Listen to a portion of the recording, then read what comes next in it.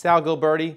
An El Nino weather outlook gave corn prices a nice bump back in July, but they've come down since then. So what's it going to take to get corn to pop again? I think what you need is for people to realize the demand in corn is enormous and very steady. We're actually down near the cost of production in corn, very towards the high end of the production range.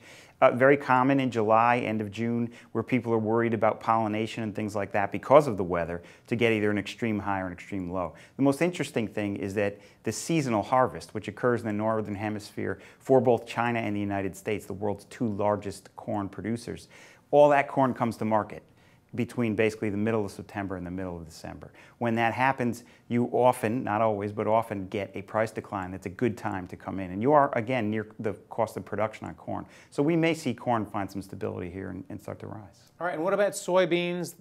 The SOYB, which is your soybean ETF, is down 14% so far this year. A lot of people say soy is the better alternative than corn. What do you think?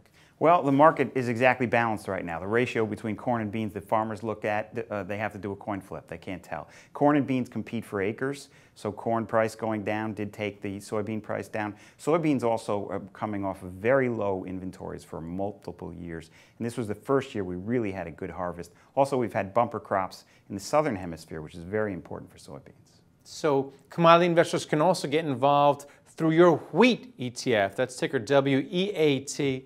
Now, wheat's down, I think, over 20% so far this year, and one would think that the strong dollar is hurting it because we ship a lot of wheat overseas, right? I believe the strong dollar does hurt U.S. exports. In general, there's plenty of wheat globally. We've had some really good bumper crops of wheat.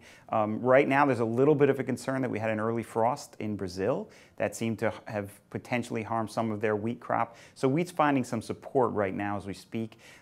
It's the most political of commodities besides oil, many people say. So, you know, wheat will be back. You have to watch wheat carefully. And again, corn, soybeans, and wheat are all getting very near the upper end of their production range, their cost of production range. So the downside, many people believe, is somewhat limited here. And then what about sugar? Because you also have a sugar ETF, that's CANE. That's down 30% this year. Does it have anything to do with Cuba, perhaps? You open up Cuba, more sugar hits the market, or am I wrong on that? I think it's more the Brazilian real. The Brazilian currency has collapsed. Brazil is the largest exporter of sugar in the world, and that really does affect the price of sugar.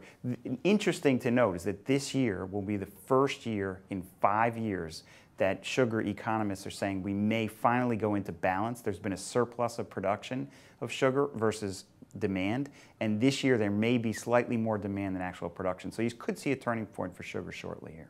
And then finally, the Fed is watching inflation. One would think that if we do get some inflation, that'll push these commodity prices up. Can you just talk about the global economy and the crops themselves? Where is it all coming together? I think it comes together pretty quickly in that the global economy is getting an enormous boost from the declining energy prices. That's a couple of $1 trillion annualized in the crude oil fall alone. So consumers are getting a boost in spending. No one is backing off on their use of these big agricultural products. In fact, you're reaching record absolute numbers every year. And remember, it's a supply-driven market because there are supply disruptions and demand remains steady. Regardless of what the stock market does, people will still eat, they will still feed their animals. They're still going to use these grains and agricultural commodities. Yes, we will. Thanks a lot, Sal. Thank you.